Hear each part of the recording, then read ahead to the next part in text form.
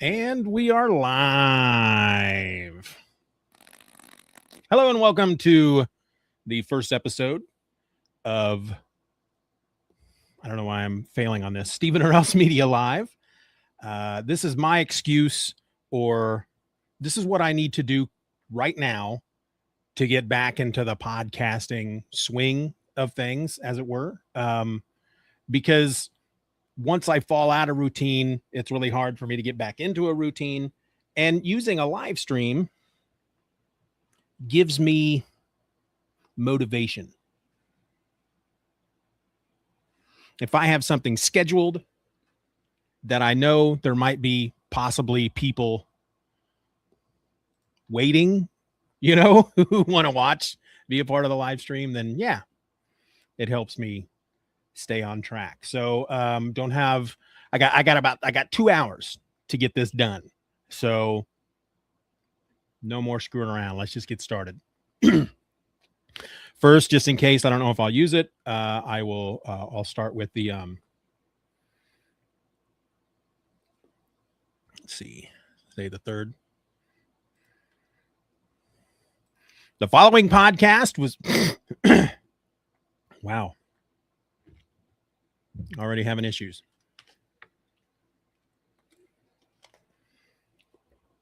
The following podcast was recorded in front of a live streaming audience on Wednesday, June the 3rd, 2026.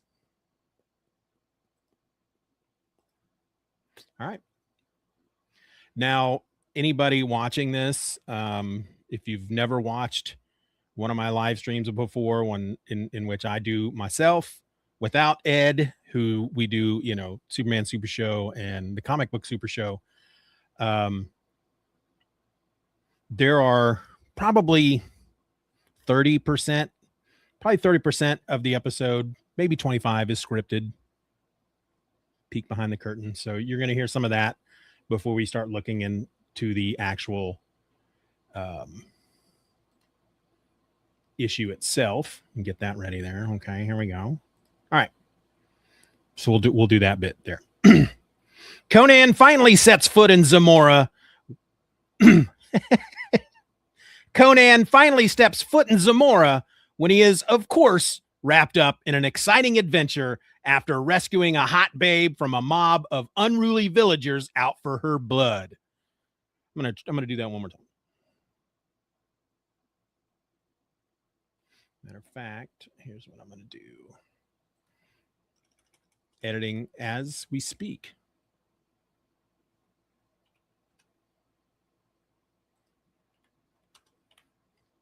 All right, let's try it again. Conan finally steps foot in Zamora when, of course, he is wrapped up in an exciting adventure after rescuing a hot babe from a mob of unruly villagers out for her blood. So, like a Tuesday for Conan.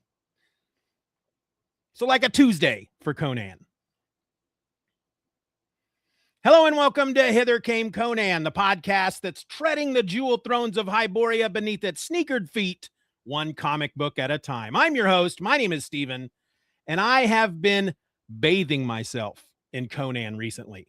More specifically, Jim Zub's current run for Heroic Signatures and Titan Comics. I mean, if you are a fan of Conan, and if you're listening to me say that, I assume you are. I did that wrong. I'll take a little drink here, folks. By the way, have you noticed my shirt? Yeah. I'm your host. My name is Steeven, and I have been bathing myself in Conan recently. More specifically, Jim Zub's current run for Heroic Signatures and Titan Comics. I mean, if you're a fan of Conan, and if you're listening to me say that, I assume you are, then you gotta be reading the current Conan the Barbarian comic.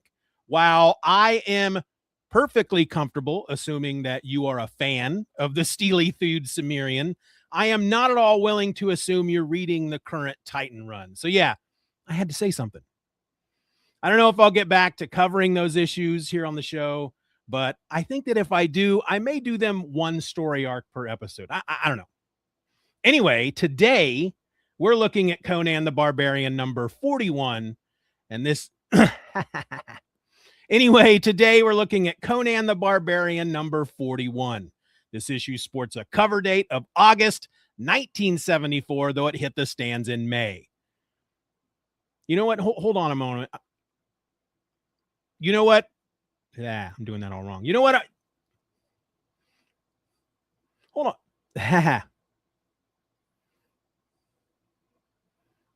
Actually, you know what? I feel like I am forgetting something.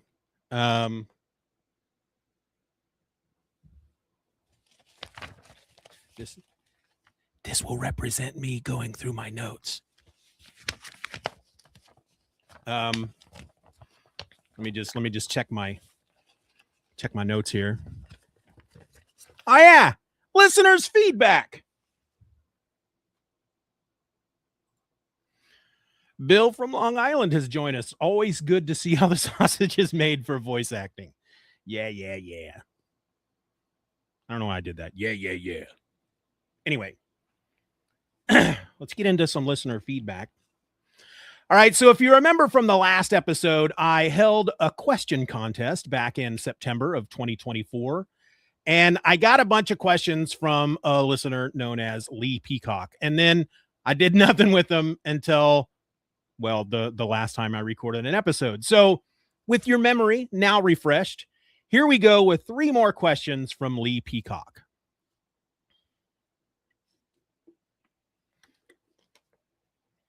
Question number 1. If you could make a new Conan movie, what Conan story would you base it on? That's a really good question. First off, if I had my way, I would rather do a series for Netflix or Hulu or HBO Max or whatever. That way, I would be able to adapt some, if not all, of Robert E. Howard's Conan stories. I think that would be the best way to go, frankly. Not just a movie. I want to see a series. But of course, that wasn't the question. So my first instinct is to say Rogues in the House or The God in the Bowl, because those are 2 of my favorite stories. Rogues in the House would be fun because it's almost like a locked door horror tale as Conan and Murillo. Did I get that right? I don't know. Conan and some dude have to team up with a bad guy, Nabonidus, the Red Priest. And they have to do this to take out Thak, who's like a big primitive ape man guy. He's a big gorilla, basically. Actually, according to Wikipedia, he's a primitive ape-like creature who Nabonidus has captured as a cub, Nabonidus had captured as a cub and trained as his personal bodyguard. But then again, I'm gonna do it one more time.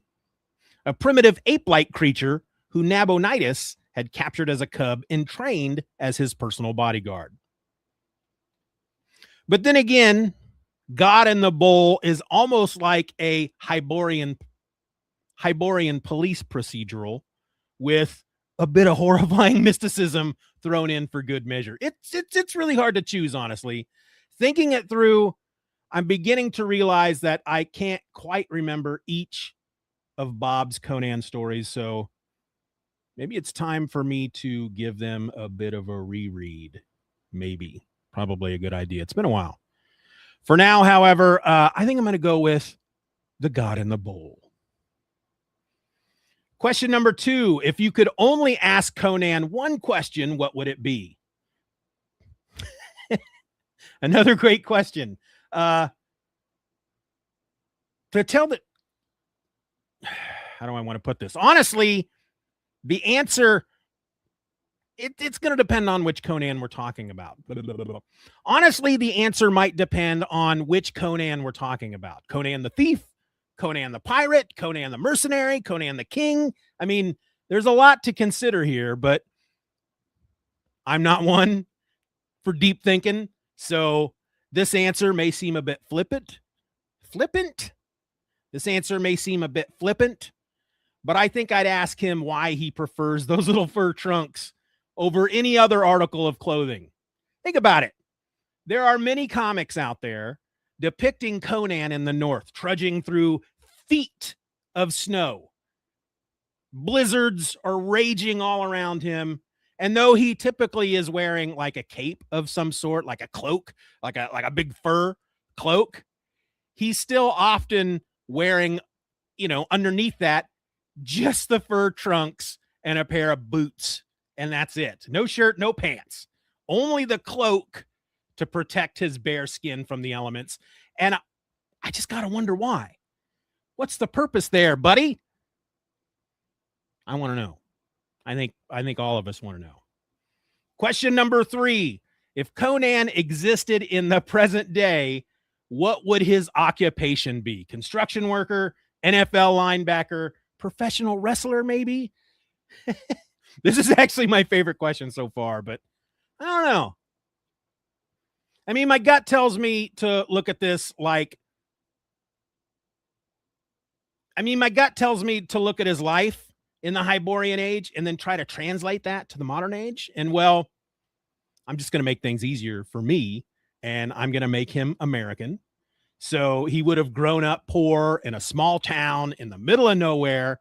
And I think he would have dropped out of high school, not because he was dumb, but because he was too smart for school and got bored easily. And from that boredom, he got in trouble a lot. He also wanted to get out of his hometown and see the world. So he drops out of high school, lies about his age, and joins the military, probably the Marines, where he excels. Eventually, he's placed in an elite squad, something like the Navy. Eventually, he's placed in an elite squad, something like the Navy SEALs, and he travels the globe, killing people and blowing shit up. He's happy with this life at first, but he begins to become dissatisfied with the American government's policy of greed and corruption. He's tired of getting bloody so that the rich corporate fat cats can gain more wealth. And so when his time is up, he leaves the military and for a while uses his skills for money. Becoming a high-paid mercenary. I think eventually, though, as he grows older, he leaves killing and fighting behind him. I think eventually,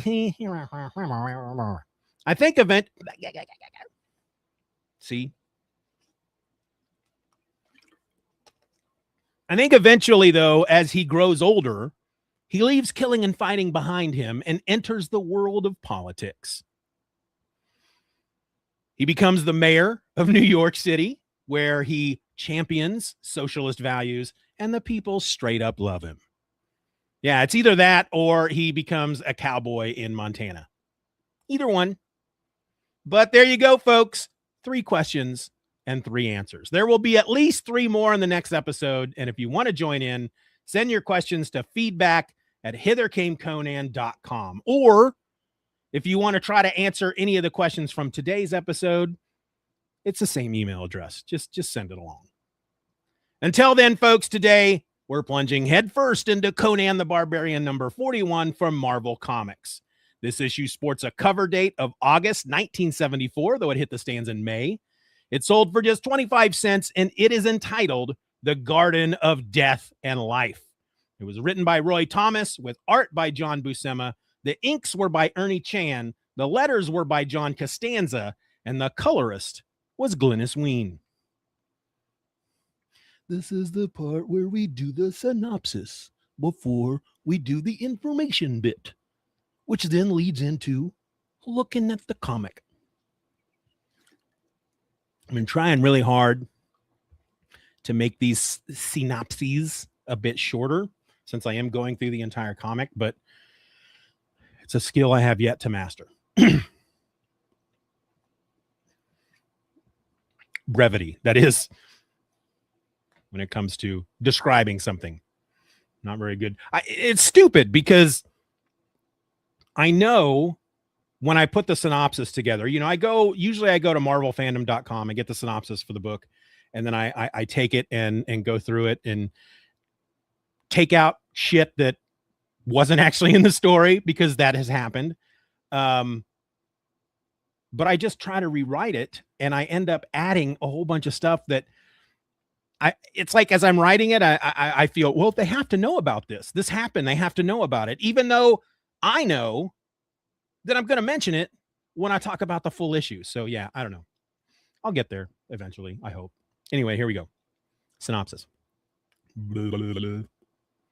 After 3 years away, Conan returns to Zamora. In a small desert village, a week's ride from Erringen, the city of thieves, Conan stumbles across a group of villagers determined to kill a beautiful girl named J'adore. Sorry, got some stuff in my teeth. I'm gonna do that paragraph again. In a small desert village, a week's ride from Erringen,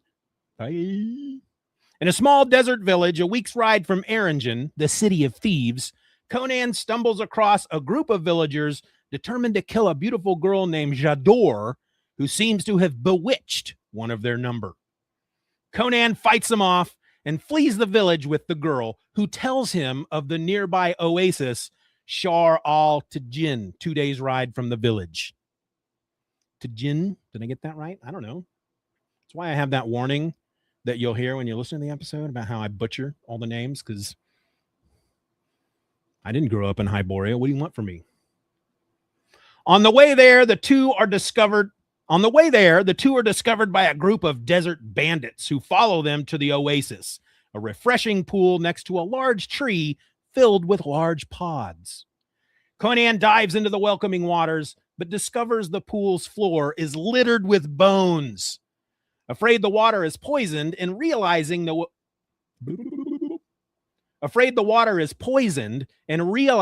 oasis's name, Shar al-Tajin, is Zamoran for bones of fools, Conan comes to the surface only to be captured by the bandits who intend to sell him into slavery.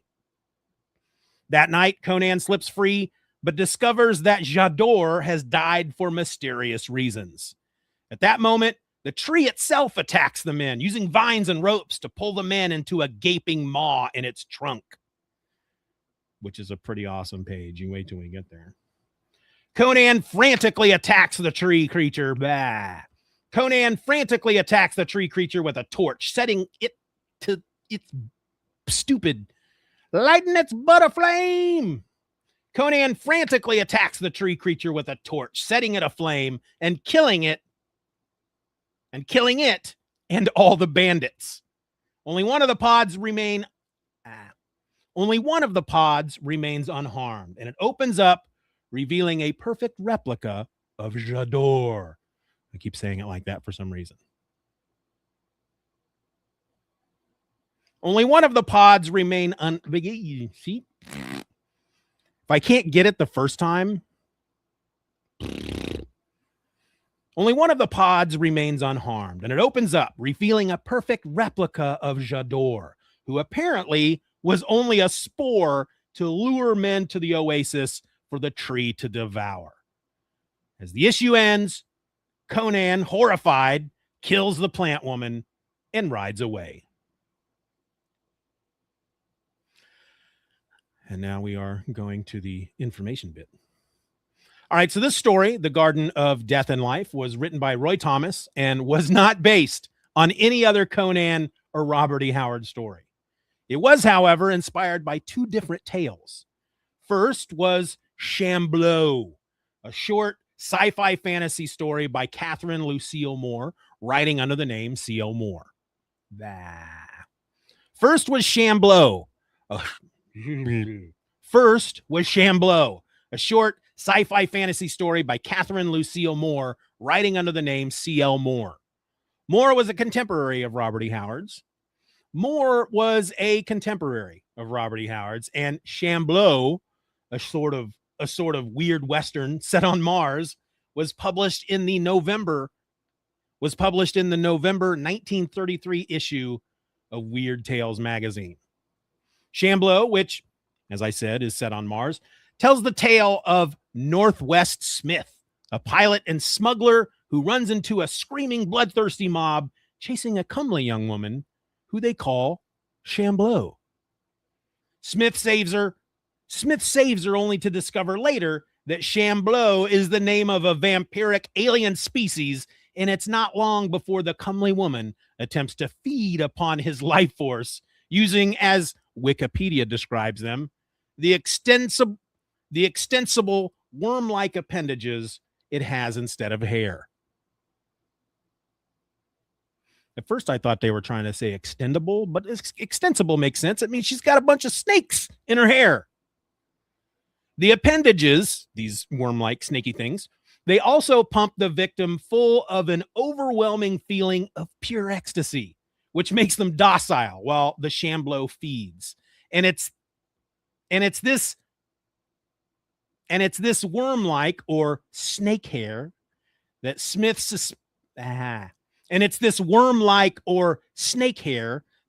suspects is the origin of the Medusa myth on Earth. C.O. Moore, by the way, was inspired to write Shamblo after reading the 160-line poem The Haystack in the Floods by William Morris, first published by William Morris, first published in the Defense of Guinevere, and first published in The Defense of Guinevere and Other Poems all the way back in 1858. That's a long time ago. The second tale that inspired Roy to write The Garden of Death and Life was the 1956 science fiction based. I was getting the old dry throat, and I knew I wasn't going to get very far.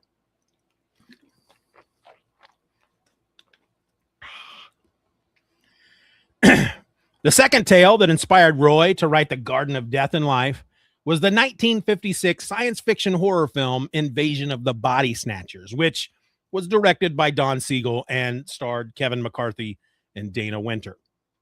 Based on Jack Finney's science fiction novel, The Body Snatchers, which originally serialized in Collier's magazine in November through December of 1954, Invasion of the Body Snatchers is about a town in California where, again, according to Wikipedia, alien plant spores have fallen from space and grown into large seed pods, each one capable of producing a visually identical copy of a human.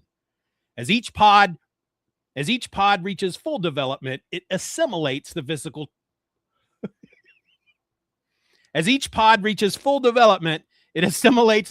traits, memories, and personalities. God. You know, another drink here, right? You get some water here. I'll just,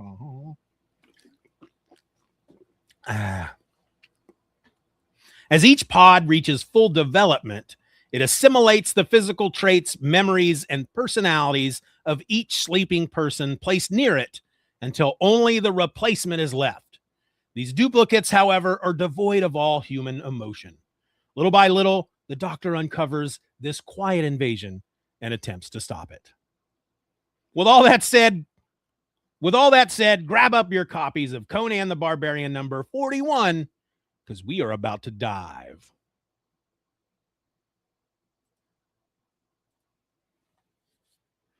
All right, so we will start, as always, with the cover. This is a Gil Kane cover with inks by Ernie Chan, and it reminds me a lot of the Crossroads. If you were reading The Incredible Hulk in the 1980s, at one point he was thrown into this like world outside of our world. They called it the Crossroads. It was like a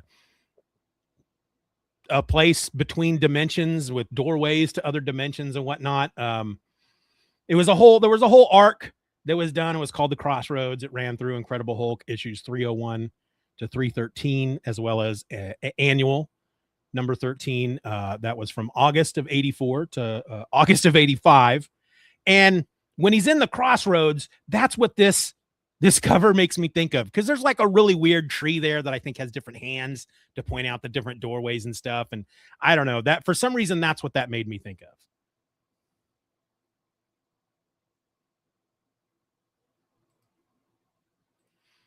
Getting into the issue. First page is the title page. We have Conan riding into town in this unnamed village in the desert just outside Erringen, which Robert E. Howard had always called the City of Thieves, apparently. Doing a little bit of research on it, because you know how much I hate research. the title, the name of the city being called Erringen, I believe I read that was not a Robert E. Howard thing, that L. Sprague de Camp later on, when he was putting all the stories together and writing his own and all that, he named the city of thieves, gave it a proper name, which is Erringen. We're not in Erringen, though. We're not in the city of thieves. We are outside somewhere nearby in a small, remote desert village. Conan comes riding in. It's night out. And as he rides into town, he seems to be, I don't know, he's getting ready to go to a club, basically, a bar, an inn, probably a place where he could get a drink, maybe score a babe, have a night's sleep, and then head back out in the morning.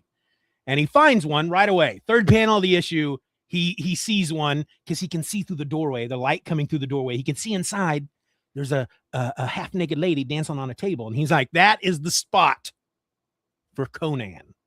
This is where Conan needs to be right now. So he gets down off his horse. He's getting ready to tie it up. And that's when J'adore, this woman, she comes fleeing through the village. She's running by him. She's wearing like this green, almost like a potato sack for a dress.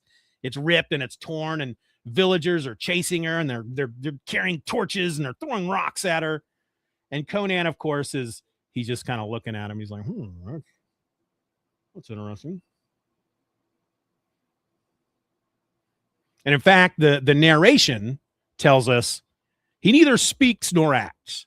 He'll watch and listen for a moment before he seeks the easy camaraderie. He'll watch and listen for a moment before he seeks the easy camaraderie and soft painted women within.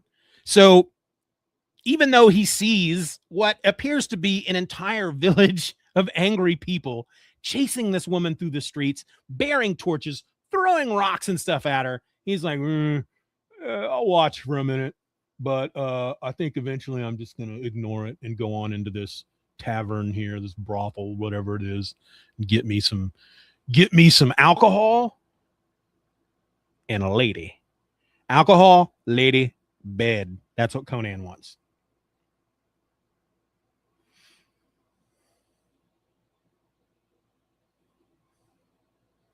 Of course, by the time you get right to the next page, the very first panel, the narration box continues.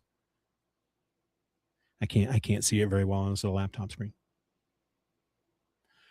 But he finds the holding back hard indeed. But he finds the holding back hard indeed. Because he's Conan, right? He can't watch a woman being attacked, especially by an entire village made up what appears to be mainly of men. And so he steps in.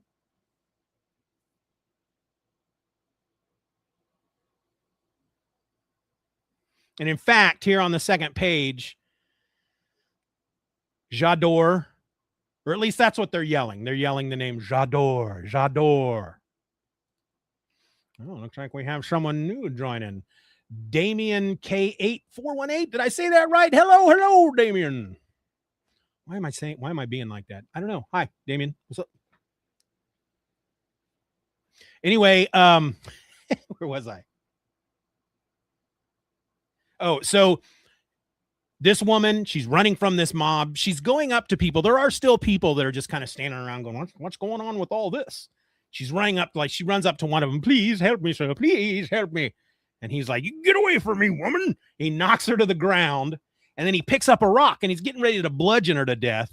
And Conan just kind of walks up from behind and kicks the guy.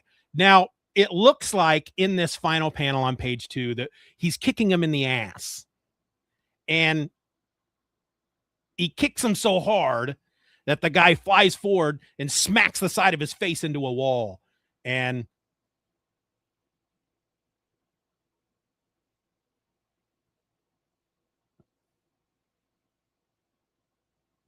I don't know. I just thought it was kind of funny.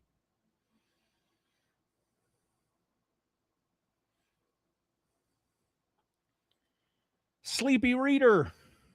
666 has joined us. I got to say it like that because it is evil. Your name is evil, like the fruits of the devil, which is from what? If you can tell me what movie that's from, you'll get one of those. You might even get one of those. Anyway, we turn to page 3. J'adore, or the woman that these villagers have been chasing. She's on the ground. Conan is standing above her.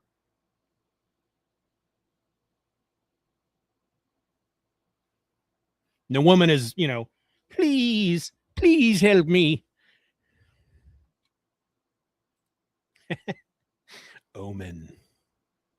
Nemo. It was an episode of American Dad where the daughter, Haley and Jeff adopted a child named Nemo, who was the Antichrist. Nemo, spelled backwards, is Omen.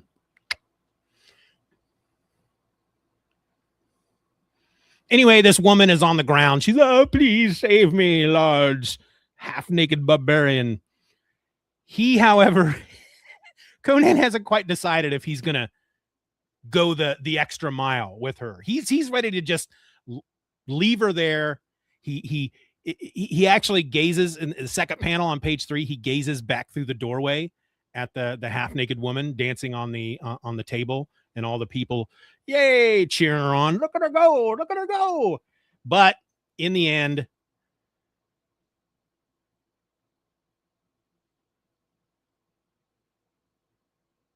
he doesn't quite decide to like take her with him or anything, but he realizes that if he's going to get the 3 things that he wants tonight, alcohol, a woman, and a bed, if he's going to do that with a guilt-free conscience, he's got to disperse this crowd. He's got to basically convince them that the last thing they want to do is go after this lady because, well, Conan's not much of a talker.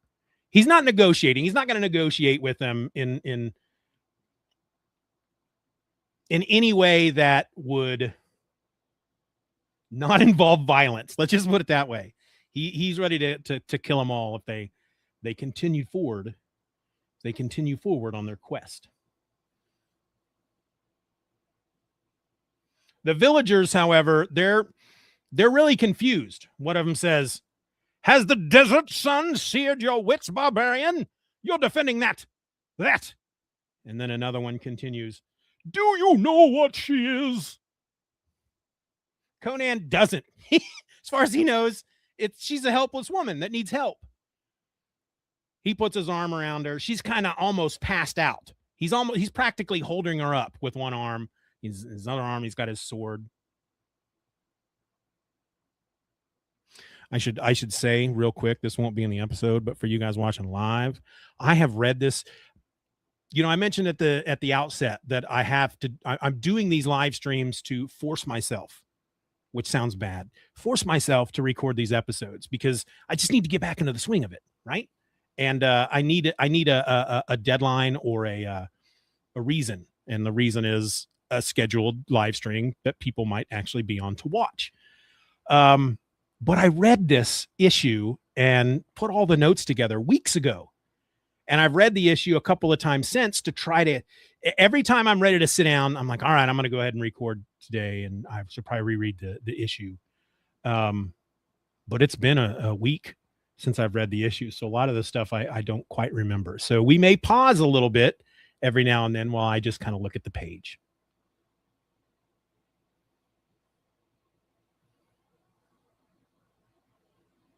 Anyway, so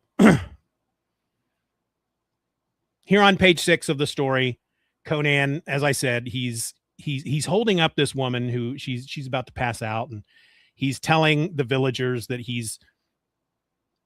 they can't have her. He will defend her, and he will kill them if necessary. But the villagers are trying to explain to him that she's not your average woman. And to prove it, they bring out a man who they say she has possessed.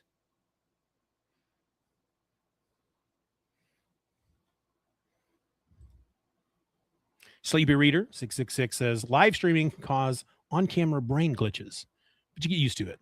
Yeah, it's funny when Ed and I, when we live stream together, you know, Superman Super Show, comic book Super Show, it's easier because we can talk. You know, if one of us suddenly goes silent, the other one's there to start talking again, and then we have each other to bounce stuff off of. So yeah. So anyway, the man, the moment he sees her, he starts freaking out and he starts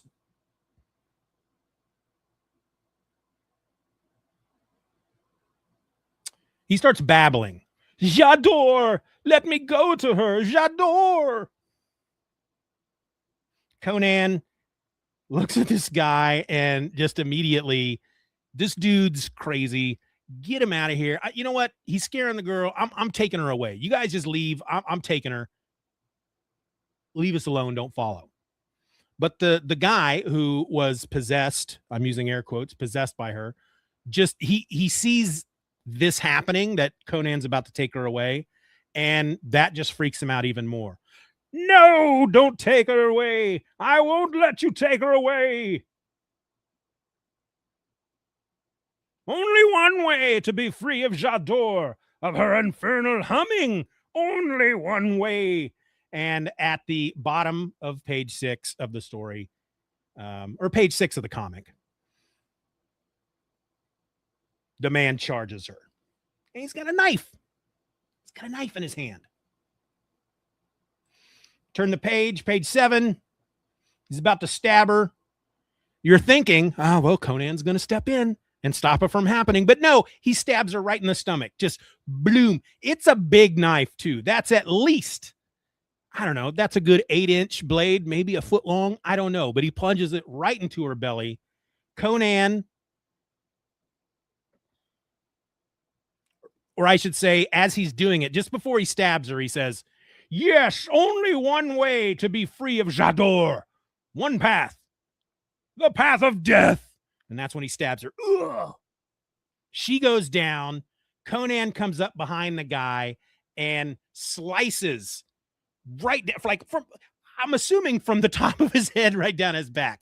He just shlunk, and the guy screams and he dies. But then we find out just the very next panel, we're still on page 7. We're only on the 4th panel. She's not dead. She gets stabbed in panel 2. She's still alive. She's not even harmed by panel 4. There's a hole in her dress where she was stabbed, but there's no blood, nothing. Conan finds out, of course, a little curious, but I don't know. I guess he probably assumes that she must have turned maybe as the guy was stabbing, and so all he got was her tunic.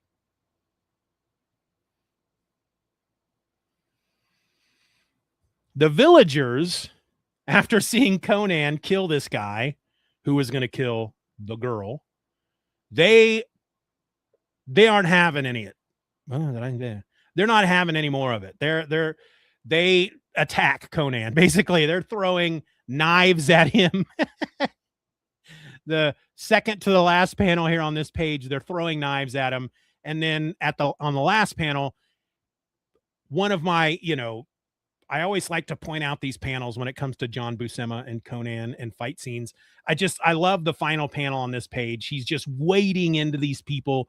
It's almost like he's standing atop of a pile of people that he's just cutting down. And frankly, I like the narration here. Because as they're throwing the knives at him, Conan says, "By Crom, you desert swine, begin to try my patience. Let's see how you fare your brandished knives against a good Hyrcanian broadsword." And then the narration goes on to say, and suddenly he is among them, dealing out death and pain as a, good Lord, I can't see this very well. I gotta up the percentage just so I can read this.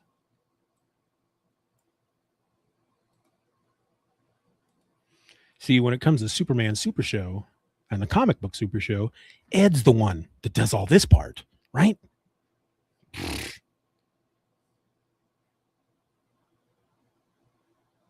And suddenly he is among them, dealing out death and pain as a wolf does to jackals that follow too closely in his track. Every once in a while, well, I don't want to say every once in a while. I think Roy's really good at adding these narration boxes, why'd I say it like that? At adding these narration boxes that feel like something Robert E. Howard would write. Turn the page. We're now on page 10. Yeah, we went from 7 to 10 because there's ads. So we skipped over the ads, went from page 7. Now we're on page 10. Conan scoops up the girl, starts running through the village. He's already killed a whole bunch of people. He jumps on the back of his horse and they go riding off into the desert. So Conan's not going to get his alcohol. He's not going to get his bed. He may still get his lady, though, because he's got one with him right now on a horse. So they go riding off into the desert. And eventually, they're far enough from the village that they can't hear all the shouting, the angry shouts and we're going to kill you, you bastards. None of that. They can't hear any of that anymore.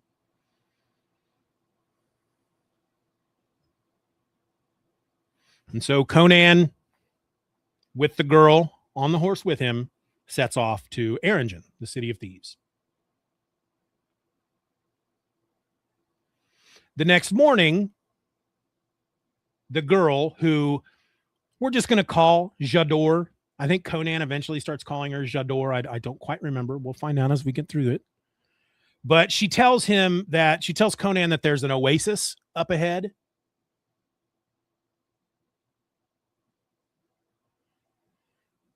It's the oasis of Shar al Tajin. It's just 2 days ride. Conan wants to know how she knows about the oasis, and she can't really explain it. She's never been there. She just says she knows these things. Sometimes she just knows these things. That night, they're camped, sitting around a fire. Conan has killed something, so they're eating their dinner, and he's trying to get her to eat some of it, but she won't. All she wants is a little water, and she says she's tired.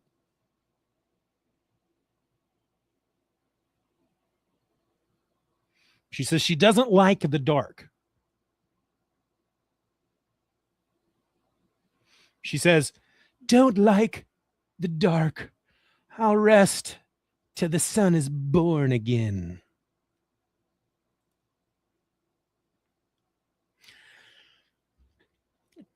Conan, Sleepy Reader 666 says, I guess Conan isn't the suspicious type, LOL. And yeah, he can be. I think he's less suspicious when it comes to women. I think he's not always thinking with the big head when it comes to the ladies. But I also think Conan is, I think there's a bit of suspicion in him. But I think it's just a girl. Even if she turns out to be like a thief or an assassin or something, I'm Conan. I am Conan. I'm a Cimmerian. And she's a little girl. Next page, it is the next day. The sun is up. J'adore just seems to be in heaven because the sun is shining down on her. Conan asks if her people worship the sun, and she responds very mysteriously. "Your people, whoever they are, do they worship the sun?" "I have no people. I am J'adore." "That is your name, then." "Somehow I didn't think." "I have a name." "That is your name, then." "Somehow I didn't think." "Nor have I a name. I am J'adore." "Bakes my brains to think in this heat. And women are a puzzle in the coolest of times. Maybe we'd best go back to not talking, eh?" So I think there's still a part, at this point, Conan's like, all right, well, I mean, we're in the middle of the desert. I don't really have a choice. Keep going on. She's a little weird, but she's looking pretty good under that tunic. So let's just keep going forward. They keep traveling until the next night.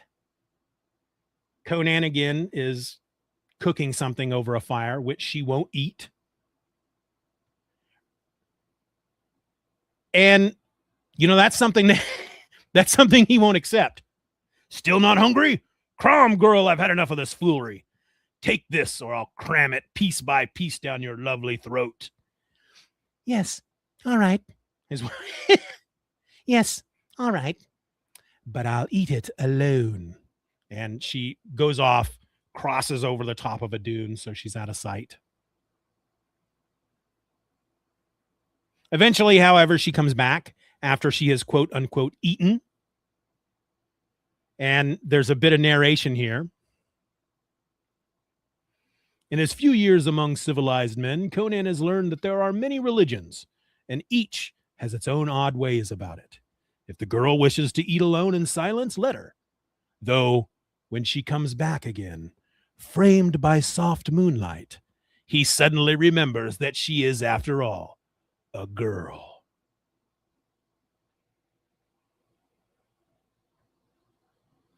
Yeah, I'm going to have to blow this up again.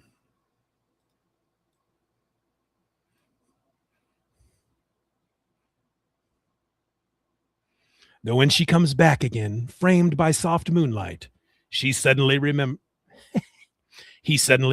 that she is, after all, a girl. And it's been a rather long time. Too long. And that's when Conan starts putting the moves on her. Comes up from behind her, starts running his fingers through her hair. It gets cold on the desert at night. Why don't we? I'm not cold. At the oasis of Shar al-Tajin, my Conan, when we both bathed, perhaps. Conan admits he's probably pretty stinky. And if he has to wait, knowing that he's going to get a little something, he'll wait. And in fact, and furthermore, he quite likes the fact that she refers to him as my Conan. Turn the page. It's the next day. Riding still through the desert. That's when they come upon a group of thieves, brigands.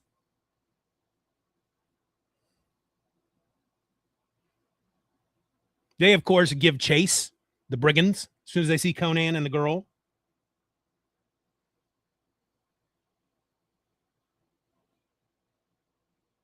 There's 4 of them, 4 of these bandits. They're all on horseback.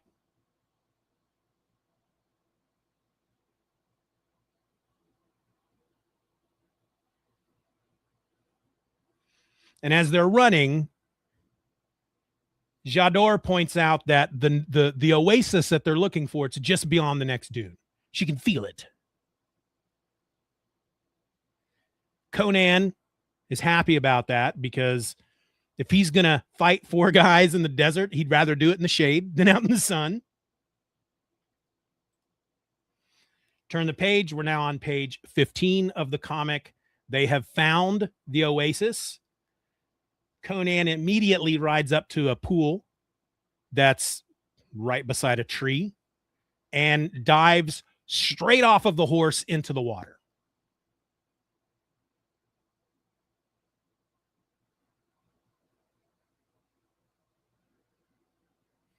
Because he figures, as he says here, I'll just see if a fast plunge will improve my spirits and freshen my sword arm. But as he swims around in this pool, he's got his eyes open. It's clear enough that he can open his eyes and he can see underwater and see what's down there. And he sees at the bottom of this pool, there are skeletons. And that's when he remembers that Shar al-Tajin means the bones of fools. Turn the page 16. Conan comes up out of the water. We got to get out of here. The water's poison. There's a bunch of dead people at the bottom of the pond. Blah. J'adore, however, she tells Conan that the water's not poisoned. She swears it. She's never been there before, but she knows that it's not poisoned. They don't get much further, however, with this argument that when the bandits, the brigands, the thieves, the four bad guys, they come riding into the oasis, and they and Conan, of course, start to throw down. Conan being Conan, especially now that he's had a good plunge in the water and he's refreshed himself, he's holding his own. Taking on four guys is really no big deal to Conan, but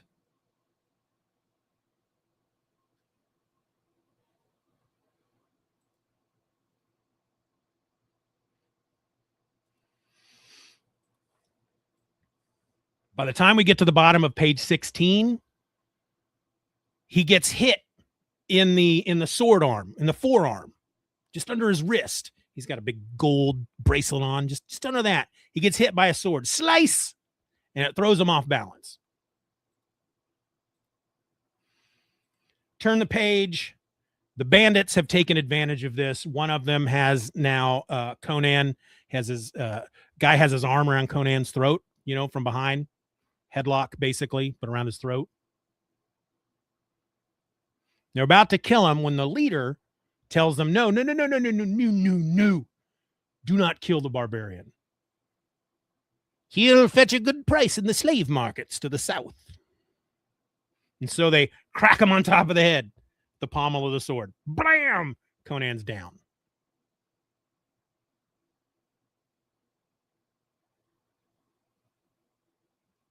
They start tying up Conan. One of the bandits mentions that it just doesn't seem even worth the bother because the cut on his arm was pretty deep and it's bleeding quite badly, and that the guy thinks that Conan is going to bleed out and die anyway. So the leader, the leader of the bandits, charges J'adore because she's a woman. Obviously, women know all about healing and binding wounds and medicinal herbs and all that junk. And so he has her bind up his wound. She doesn't know what he's talking about, though. Bind? I don't know what you mean. Kareem's blood, what kind of wench are you anyway? Thank the gods I plan to sell you for a slave, not to take you to wife. So he has one of his men do it instead, because she obviously doesn't know what he's talking about. And as we get to the bottom of the page, Conan is now captured. J'adore has been captured. Night is falling upon the oasis.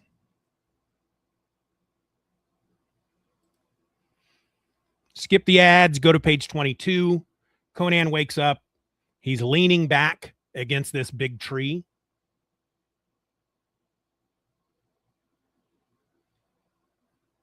There's a moment here.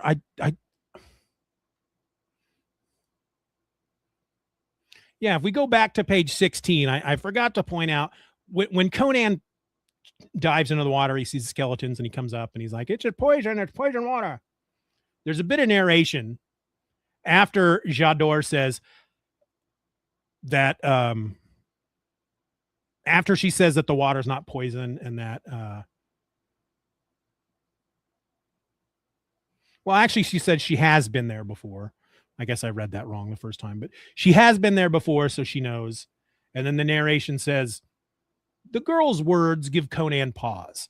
There in the shade of the great gnarled, heavily vined tree, which dominates the tiny oasis. A tree somehow less tropical of kind than the others in the place. And that's when the bandits show up. So, forgot to point out that there's something weird about the tree. Anyway, by page 22, Conan wakes up. He's been unconscious. He wakes up. He's got his hands tied behind his back. He's leaning. He's sitting and leaning back against the tree. 3 of the bandits are asleep.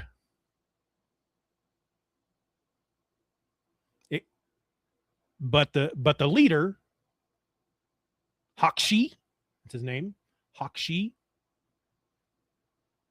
He's still awake. And he is kind of sitting there around the fire, and he's looking over at J'adore, and he's thinking, I got nothing going on tonight. Maybe I'll get a little something started. Conan, in the meantime, he's watching this happening, and he has picked up a stone, and he is using it to sever the rope that they've used to tie his hands behind his back. J'adore, in the meantime, she's kind of kneeling there on the other side of the fire, and she's humming. Hakshi tells her to stop the humming. It's annoying him. She won't. So he gets up to like pop her a fresh one. Erlich, take you, woman, cease that infernal humming. I swear it sets my skull on fire. Stop it! Stop it, I say, or I'll... And she interrupts him and says, What? What will you do? I think you need a few lessons. I think you need a few lessons in being civil, wench. And he picks her up and he drags her off into the dark behind the big tree. She doesn't say anything. She doesn't struggle. She doesn't call out for help. She just continues on with her humming.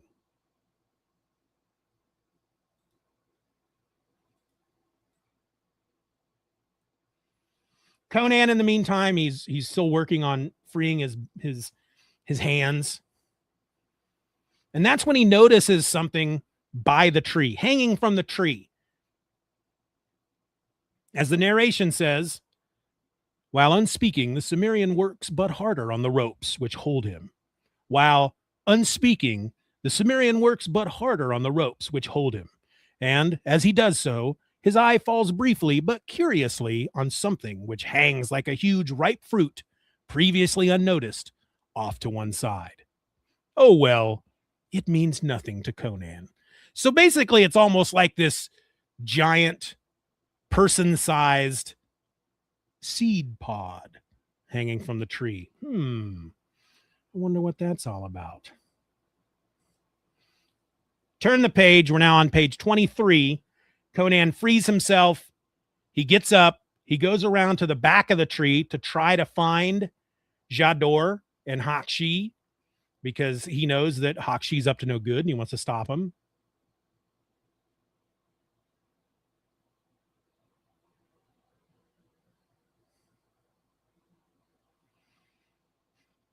But as he goes around to the other side of the tree, he's a little curious that if Hakshi is doing what he suspects he is doing, he should hear something. Screams of pain from the girl, maybe struggling, something. But as he comes around the tree, he finds J'adore. She's very, she looks really out of it. She's standing, her back to the tree. She looks like she's swaying, like she's about to faint, like she's got a case of the vapors. Oh, I've got the vapors. At her feet is Hakshi's sword. And then next to her is a freaking skeleton. Conan sees her. He is immediately like, what in the fuck just happened here? She's no longer humming. She sees him and she says, my Conan. And she falls. He catches her before she hits the ground, but it appears that she is dead.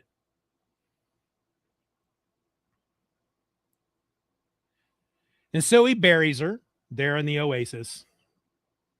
And as he does so, the narration tells us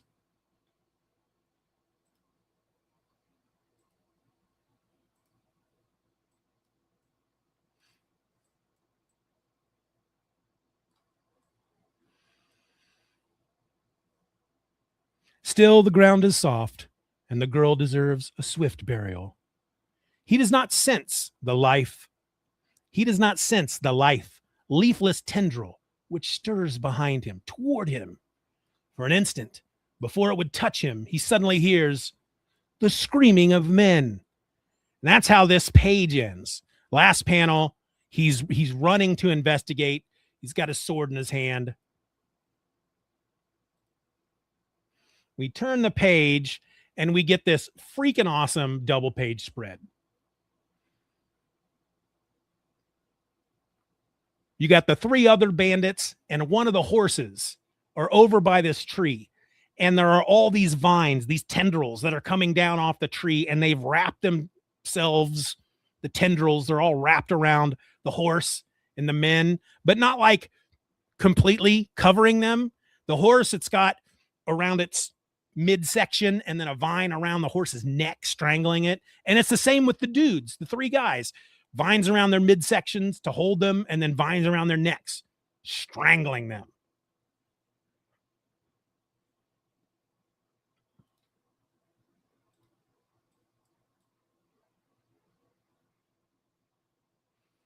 The narration on this double page spread says, the harsh crackling of fire has, of course, kept any prowling predator. The harsh crackling of fire has, of course, kept any prowling predatory beasts away from the sleeping camp and those within it.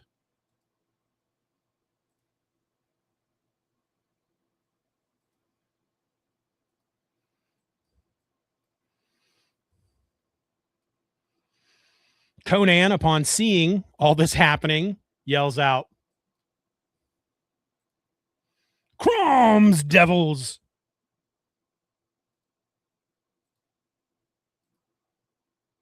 And we turn the page, page 30, and we see like a big mouth opening up in the trunk of the tree. It's not like the mouth of the tree that we see on the cover, which I'm going to go back to the cover really quick because I feel like the mouth on that tree had like lips and teeth. Let's look, shall we? Yeah, it's got lips and teeth and such. But in the actual comic, it's just the wood has opened up to make a mouth, and the teeth, the wood have kind of like formed teeth and whatnot. And anyway, it's pulling the men and the horse inside it.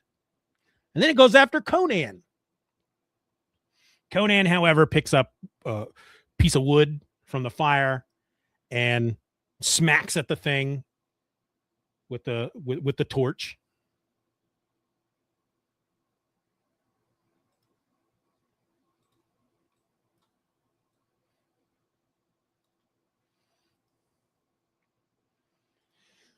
By this point, however, the vines of the tree have grabbed up Conan.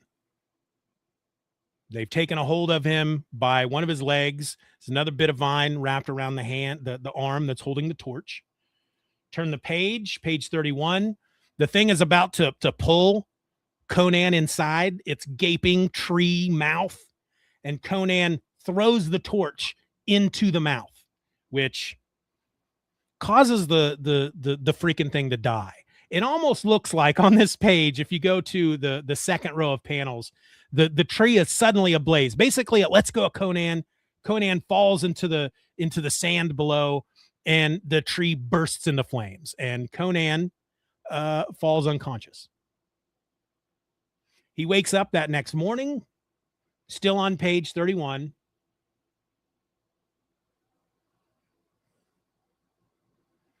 All that's left of the tree is a smoking stump.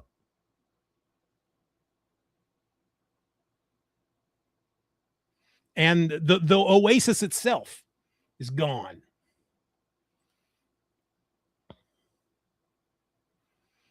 Last page, page 32. As Conan is investigating, he notices one of these big seed pods starts to open up. And there's a really great row of panels here. The top row of panels. There's 3 rows of panels on this last page. Top row, 1, 2, 3, 4, 5, 6 panels going back and forth between Conan's face and the seed pod as the seed pod opens, and you can see J'adore inside. And the look on Conan's face goes from curiosity to, that's kind of weird, to just flat out terror. In the second row of panels, J'adore, also 6 panels. She looks up from the pod. She sees Conan. "My Conan," she says.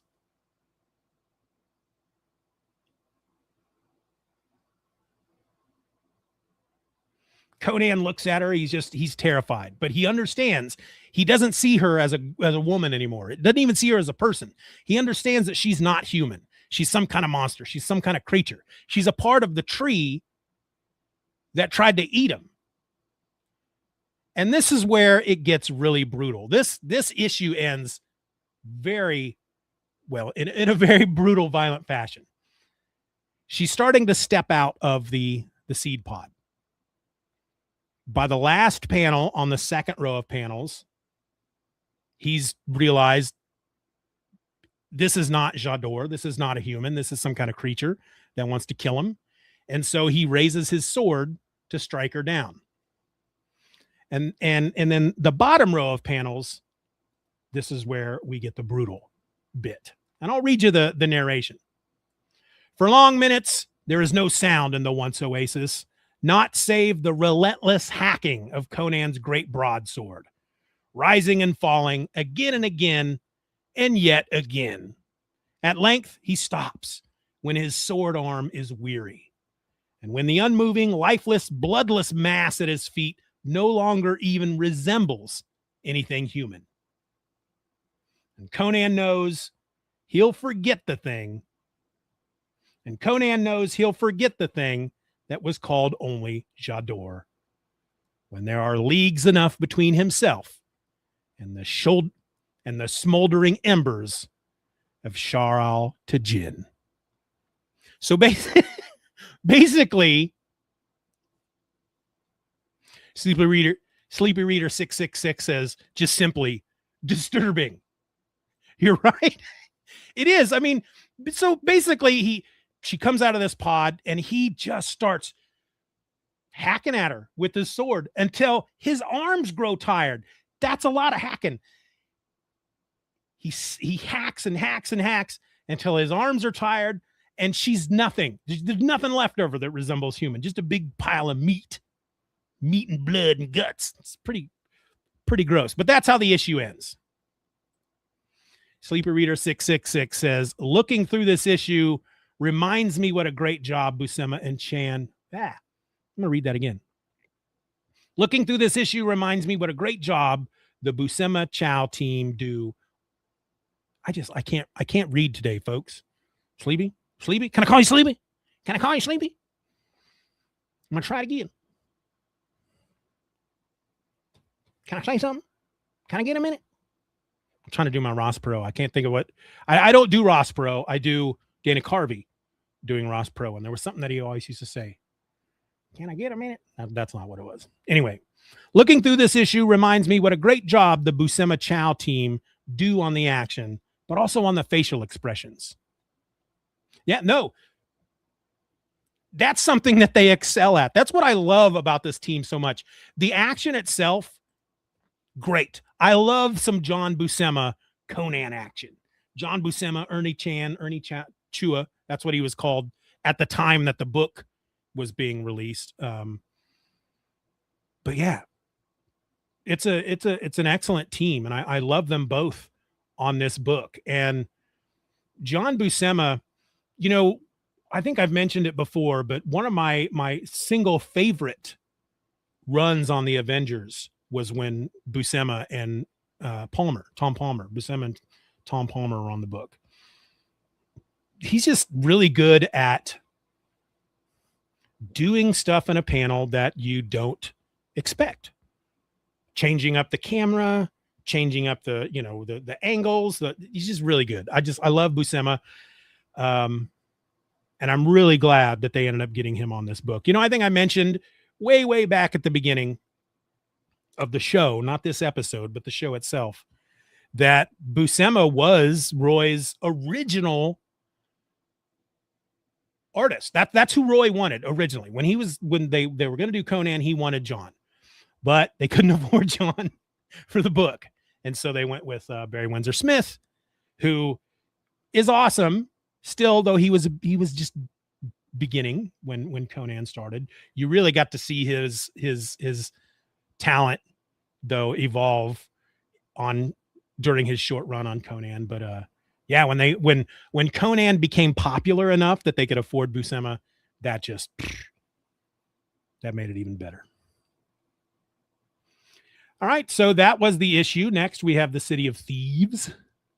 I really kind of enjoyed this issue. It's fun. You know, a lot of these issues seem to be Roy basing the story on either a Robert E. Howard Conan tale or a Robert E. Howard tale that is about a character that's not Conan, or a L. Sprague de Camp, Lynn Carter tale.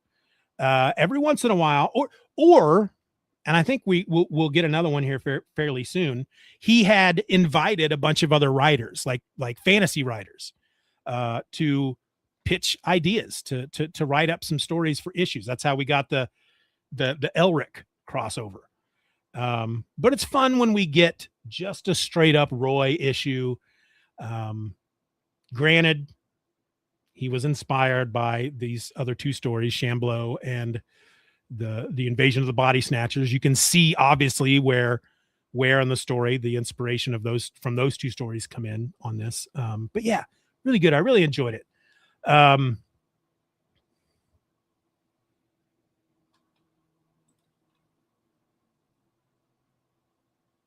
don't know. I don't think there's anything I have to say. I don't think there's anything left. Is what I mean. I don't think there's anything left that I have to say about Conan the Barbarian number 41. The Garden of Life and Death is what it was called. I think I put up a teaser at one point out on the socials, and I got the title reversed. I called it The Garden of Life and Death, but it's the Garden of Death and Life. Oh my goodness. Oh my goodness. Anyway, if you have anything you would like to add, let me know. The easiest way to do that is by email. The address is feedback@hithercameconan.com. So shoot me a line and maybe I will read it out on a future episode. Who knows? All right. And now we'll do the wrap up and then we will end. I can't believe I'm actually getting this episode recorded. In our next episode, goodness gracious, Conan gets himself involved with another attractive young woman. And, well, it turns out she's not who she makes herself out to be. I mean, you think, oh, Conan would learn by now. And then again, that's the sacrifice one has to make if they want to be an ally to women in the Hyborian age. Anyway, that's next time when we dive into Conan the Barbarian, number 42, Night of the Gargoyle, published by Marvel Comics in June of 1974. The synopsis used in this episode was taken from marvelfandom.com and then rewritten by me. The information used in this episode comes from Wikipedia, along with Mike's Amazing World of Comics at mikesamazingworld.com and the book Barbarian Life, a literary biography of Conan the Barbarian, Volume 1 by Roy Thomas, which you can get now at sumerianpress.com. And finally, the views and opinions expressed within this episode are mine and mine alone, and do not reflect the official policy or position of Marvel Comics, Roy Thomas, the Howard Estate, Conan, his sword, his steely thews, his many fans and supporters, and especially his god, Crom. So until next time, folks, keep your swords close by, never stop treading them jeweled thrones, and as always, be nice to each other. Bye. Okay, so this is the part of the episode where I save the audio file. That's always fun. If you are familiar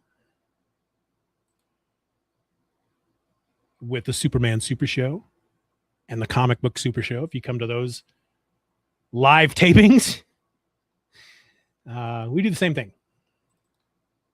See, this is Hither Came Conan, episode number 63. So, all right. I forgot to